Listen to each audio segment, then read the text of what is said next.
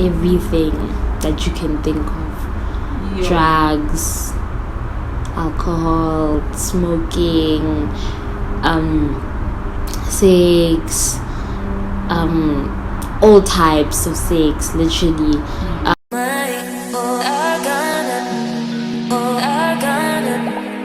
So every time your child goes out of the door, how sure are you that they are behaving the way they are supposed to behave?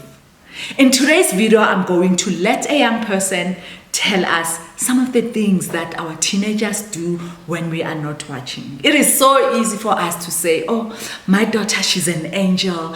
My son, umdanaga baba, umdanaga mama, he's an angel. But then we do not know what they get up to when we are not there. This is a start of a series on how to raise our kids.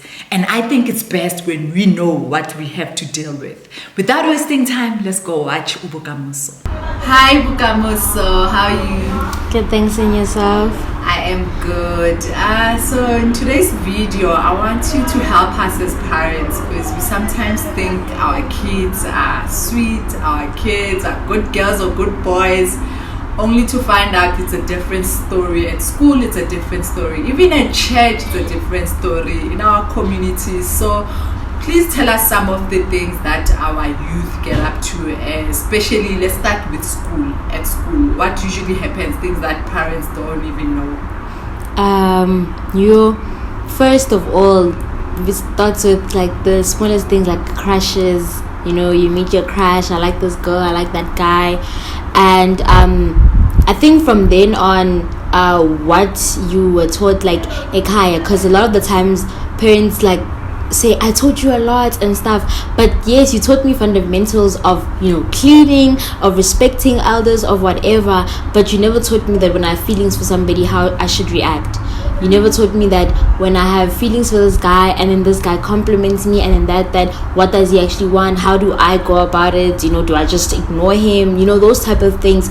So we experiment through other people's experiences at school, so they're just like us, but we would look and say, okay, no, this person knows better, you know, or this person has an idea of how to go about it, and so we feed off our friends or people that we know at school, and then we jump the gun. That's how it's so easy for, I mean, there have been stories like kids, you know, having sex on school staircases, you know, in bathrooms, you know, at simple balls, like, you know, these things you know, like for a ball in J or for a school bra and stuff, but teachers don't actually they don't tell you guys what they actually see, the things that actually happen at school, that sometimes there won't be a ball the next year because of what happened the previous year, and you wonder, oh, there's just not a ball. But if you ask further, it's because of nan, you know, this is what happened with this child.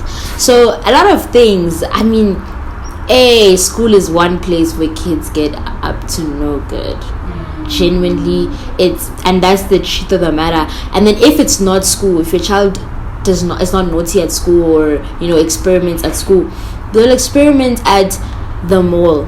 I'm going out with my friends, and then maybe there's a squad that's also coming through, because we link up a lot at malls and whatever. So at the mall, they'll try things, or maybe they decide to go to a chilas, and even if maybe the chilas doesn't end late, or maybe they like at like 9, then, you know, it's like, okay, 9, not bad, it's fine, I'll fetch you. But during that time, you don't know what's happening with the child, and that's why you need to always tell them, even if they're not telling you, like, at least tell them, like, you need to be careful, you need to make sure. And be careful doesn't mean do it, because a lot of people think, okay, I can just wear a condom instead I must be careful. No, like, tell us what we really shouldn't do and why, and tell us why, like, how to go about things, especially in your beliefs as a parent. Example, a Christian parent, you'll know what, no man, like my mom, one thing that she'll always do is she'll always go to the word before she even says anything, because she goes, okay,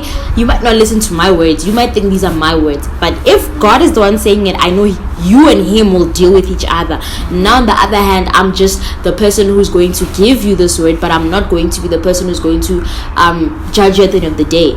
So at the end of the day, it's always that thing, okay, the way mama lives up to the word of God, I wonder when she gives me this word, how should I act? And immediately, I mean, the word literally, there's scriptures about sexual immorality, there's scriptures about, young people do not get drunk with her, and there's scriptures about it. And it's like, at the end of the day, if when you read that and your mother made you read it with her, and then she lets you to go to that place, what she's saying is, I've trusted you and I've given you to God at this point, and you need to now make a decision. And if she sees in the household the word is what sustains us, it will be much easier for your child to change and not do those things. Literally. So do you sometimes see maybe relationships between teachers and girls from school, or even boys? Personally, myself, I hear it sometimes, but I've never actually seen it. I think for me, that thing, I'm exposed to it only by as far as my ears. But in terms of my eyes, I've never seen anything odd, because I'm the type of person who has close relationships with her teachers, and I'm always the goofy one. I'm always the one that strict teacher. Everybody be like, you don't talk to him like that, and I'm always like making fun of him because I have those relationships with my teachers. So I've never felt uncomfortable around my male teachers, around my female teachers. Most of the time, I'm close to them because of the word, number one, and then secondly because of inspiration. So when we talk, it's always about the sad things that are happening in the world, or we'll debate. So it's always a healthy relationship. I think you need to, as a child, if you feel like there's a teacher who speaks to you a certain way, if you indulge, because a lot of kids come out and they act as though it was only the teacher. But if you actually go into it and you're also doing the same thing back to them, the teacher is definitely wrong altogether. But the child needs to take some sort of responsibility on their end, that I also played a role in, awakening this person's feelings, or making this person look at me this way, because I decided that every time I go to his class, I'm going to wear a short skirt. Every time I whatever, I'm going to, stuff like that. So, yeah, I've never really experienced or seen it myself, no. So there's a recent spike when it comes to teenage pregnancies from school. What do you think causes that? It doesn't happen at school, number one. Like, it does not happen at school. I think it goes back to the people that your children surround themselves with. Do you know them as well? Because a lot of these things, friends were there, or friends knew. Friend, I'm going to his house. Today we're just going to chill, and that's it. Like, oh, friend, I like him, I'm going to his house today. Honestly, if you know your friend, or how your friend can be, most of the time it is preferred for all of us to chill. You guys can go talk there, it's fine. We don't have to be in your guys' conversation, but rather let us all be at the same house. Okay, you're over there, fine. I think we don't really watch out for each other the best way that we could. And sometimes some people don't talk. Some people are curious. Some people think, it's just the once in a lifetime thing. Like, it's just gonna happen once. Nothing hectic is going to happen after this. But really, it gets to a point where it goes overboard, and hormones were young. There's a lot that can happen with just two people in one room. But I think when you trust, your child as well, they trust themselves not to disappoint you. That's one thing that I've learned personally. I'm a guy friend person. I love my guy friends. I want to be around guys. Girls, nah, me, I'm not that type of a person. And it's always that thing of, I make sure my mom knows them, because they're accountable for whatever that happens. They're accountable for being in my space, and the fact that they already know my mother. So most of them already have mutual respect, that even if Oma is not home, and then she gets a call at the gate that, somebody's here to see me, or they're coming and we're going to chill, or we're gonna go out, she opens for those that she knows. She'll even be like, mama's at the gate, cool, and then she lets it be. And that's why when they come in the home, because she's allowed them in her home, in her space, immediately, even if they may think otherwise. I don't know. I always tell my guy friends, oh, they'll be like, no, that guy does like you, and I don't know, because he's never told me, he's never shown me that. Me, when it comes in the house, we're watching movies, we're laughing, we're chilling, we're eating, or we're like, let's just take a walk. Most of the time I end up taking walks with my guy friends. I don't sit here for long, but that's just the way that it is. It has to be a situation of you yourself, like, do you parents actually know your child and the things that they watch and their desires and whatever, because that can really get them to do those things. For teenage pregnancy, it's actually quite easy. Okay, so when it comes to parties, because I often hear people, or even my daughter, saying she wants to go to a party, and we're usually scared, but then we can't obviously deny and say she shouldn't go. What really happens in these parties? Yeah, that, like, everything happens at a party. But for me, I think parties, I'm one person, I'm very specific about my environment or where I'm at, because I've just been taught growing up, no man, you know, there's a gift that's been put in you, you know, your life is under God's authority. You need to find yourself in places that, you know, don't really get you out of where you need to go when it comes to Him. So if I go somewhere and then they're like, no, we're just going to somebody's house, we're going to chill, I'm like, okay, cool. But if I go to a place and I'm hearing it's a club, it's a whatever, I don't go. Usually I prefer not to. I don't like those places. But if it's genuinely it's like a party, but not necessarily, it's like a marketplace, or I love marketplaces, or it's oh no, we're going to Thingy's house, we're gonna chill, few people are gonna come over, okay, cool. And but houses are the worst, but not really. But it depends also, because with that, it's not like it's inviting the whole world. The parties where it's posters and, you know, that's where it really just goes left most of the time. And but the ones where it's really just genuinely, it's, oh no, we're going to Mamang's house, a few people from Roeskral or from whatever gonna come. It's not like Joburg, Pretoria, you know, whoever's gonna come. So I think everything happens, but it goes with really what do you stand for. And unfortunately, you can hope that your child does not drink, you can hope, but until you allow them to drink in front of you, you always just hope. You need to be like, okay, do you drink? No, I don't. Or yes, I have. Or allow them to just ask them, have you drank alcohol? Have you had your own cup? Never mind tasting, have you had your own cup? And then if they say yes, then now it gets to a point where you have to take whatever necessary measures that you have to take, because you can say no, but it's not like you're gonna lock her or him inside the house forever.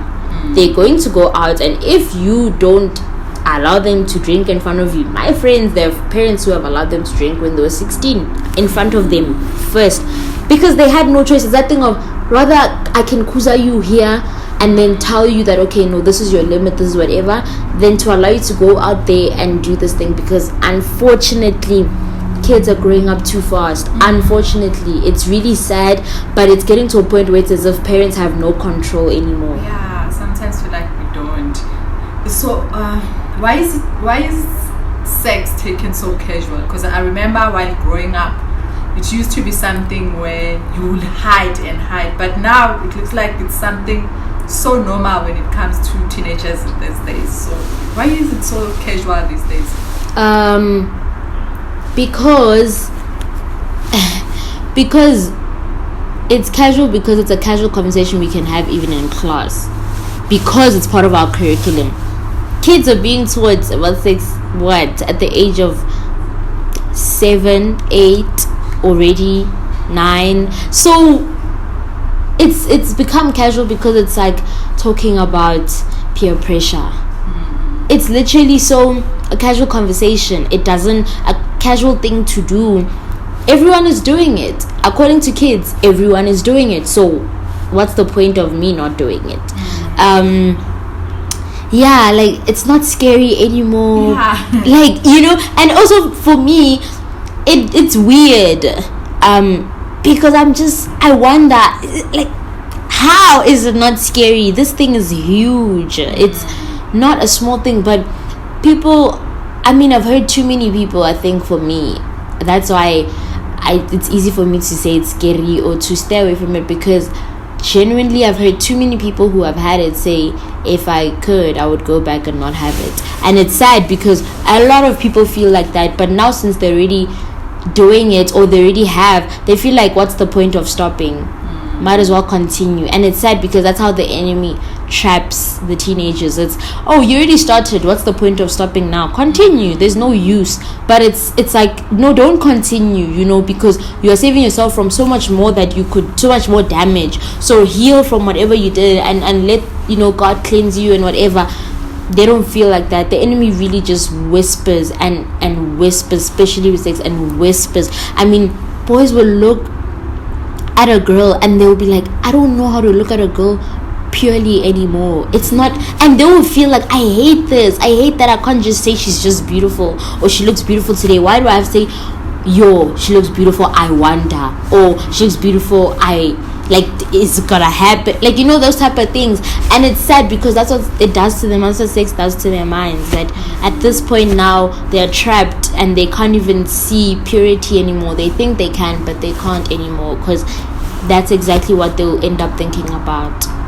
Let's talk about drugs, because last time when we had a conversations about drugs, I was so shocked, and you told me so many things. Let's talk about drugs at school, even in our communities, because we do know that some kids do take drugs. I know one kid from my daughter's school. She actually had to go to rehab, and this is something that most parents don't know, that these kids actually do take drugs at school. So let's talk about that. Drugs are being taken, and it's also another thing that's casual now. You can find drugs anyway.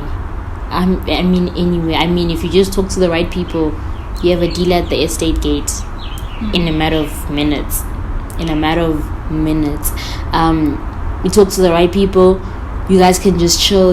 You meet the right people on the way at the park, and then you know that those are the stoners, those are the whatevers, and you give them those labels, and you just spend enough time with them. You'll know how easy it is to get drugs.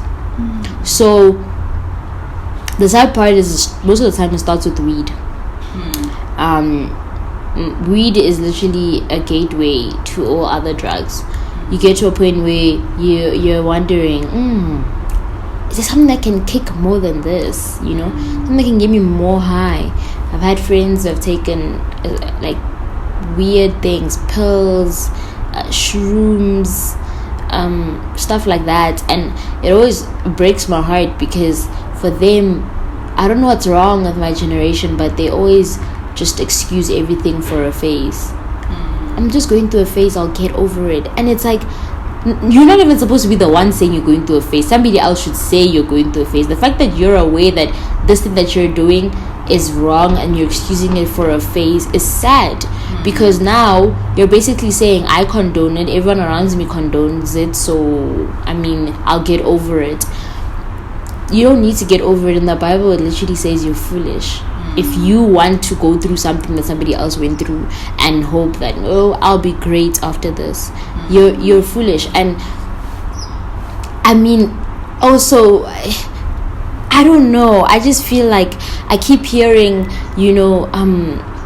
people excuse things. They'll even use the Bible, with the smallest things, and say, no, but it says you must enjoy your youth in the Bible. Stupid things like that, and they know they're doing wrong. And yesterday I even heard one of the people that I would talk to and stuff, and he said, no, I know me, Baka, one day I'm gonna change, but right now I'm still enjoying my life, but one day I'm gonna change, but right now, I'm still young, bro, I'm still gonna drink, but I believe that one day. I'm like, you believe that one day you're gonna change? That's your belief, that's what you have faith in, that one day, not that today could be that day, or I could make a decision. He's like, it would be so easy for me to change, especially in the household I live in. They're so for God, they're whatever, they go to church, whatever, but and it's sad. It's really sad, because this is the life that we live. I keep telling parents, unfortunately, this is the new world. this is the new world. Especially the youngest sibling. Watch that one, especially. They're growing too fast. So do you know anyone, obviously we're not going to mention names, who's an addict, like they need to go to rehab and still at school or maybe just finish school?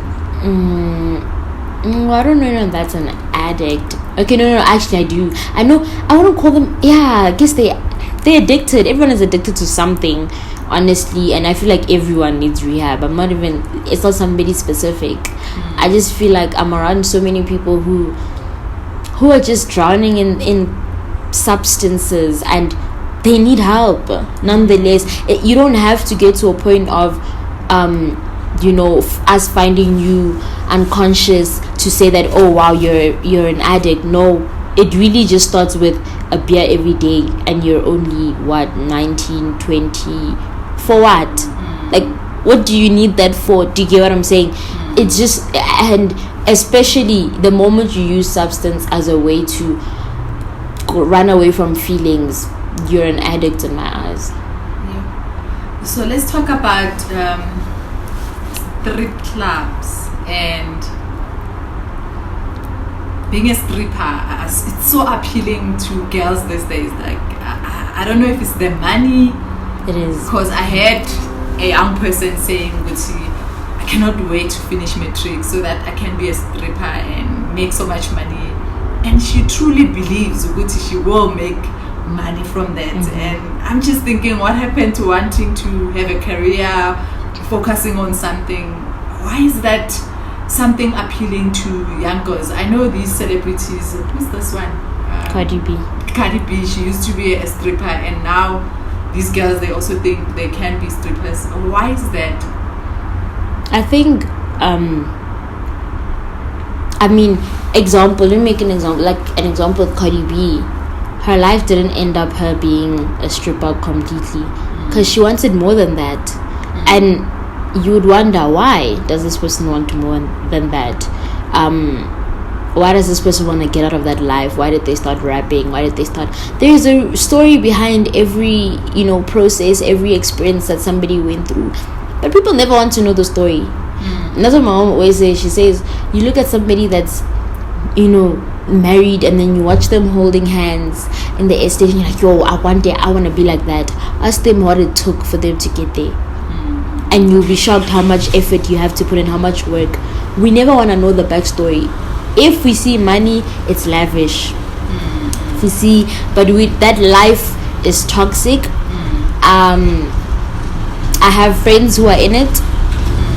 I have friends who are in that life, and they are not okay. They are not okay mentally. They are drowning, but it's like, I have to do this. I have to sleep in the afternoon at like 6. I'm on my way to work. I come back only in the AMs. I sleep, I wake up, I go back. It gets to that point, and unfortunately people want quick money. And not just quick money, it's especially somebody who doesn't see more out of their life, doesn't see that there's so much more to them than just this. Why would you just resort to that as a first idea of you making money outside of matric, if you knew very well what you were capable of? That child hasn't been able to exhaust who they are, and they're still trying to find themselves, and unfortunately they're exposed to a world and an internet that's going to sell them something that is going to kill them. And then are these kids from a family which is poor, and maybe they're not getting food? No, they're never. Most of the time they're never from families that are struggling. Most of the time kids who do drugs have money, because how are you gonna buy the drugs without money? It's a good question. It's better that your child spends their money on lunches. Guys, lunch lady market rather, but know what your child spends their money on. Because it's weird. I mean, you must wonder, okay, so your money went to that, you were traveling there, you went there, okay, makes sense, cool. But most of the time when parents just give their children large amounts of money, I think all at once, they don't know what to do with it, especially rich kids. They don't know what to do with it, and then they'll buy literally a bag of cocaine that's so small, and it will cost them 600 rand, and for them 600 rand is nothing. For some of us, like, give it to me, let me go wait again, you know what I'm saying? So it's more of a child is used to money, and sometimes when a child is used to money like that, they don't have a vision. You don't, like I said, you don't know what they're really spending their money on. Most likely they could be spending it on alcohol. I mean, I know people who work just for month end to come so that they can buy alcohol. Like you wake up in the morning to just go to work and put in all that effort for you to just use your money on parties and alcohol and petrol to go to those parties. That's it. I really need to pray for our youth. Okay, give us an update of how much we raised so far for your trip and what's happening. Okay, so and the dates when you're leaving. Yes. Okay, so basically we haven't reached our target yet. We're currently still owing $68,000 rands, right? That's what we're currently owing right now, and that is due on the 12th of April. So I'm thankful for the donations that did come in, and I really just hope that people can still help and still extend a helping hand, with their pockets to kind of just let this whole thing happen. And I should be leaving for that trip once all the money has been collected on the 20th, because they changed the dates, the 20th of July. All right, Bukamisa, thank you so much. Thank you for all this information. We'll just go and process, because it is too much. Yeah. We think our kids are angels and we don't see the things that they do. Yeah. So now at least we'll start checking and making sure that our kids are not in those environments in a good way. I don't know, we just need God to help us with this one, because I think it's beyond us. Thank you so much for sharing, and we'll update you guys, I don't know, maybe sometime June. If we got all the money and everything. Thank you so much. Thank you. Have a good day. Bye. Bye.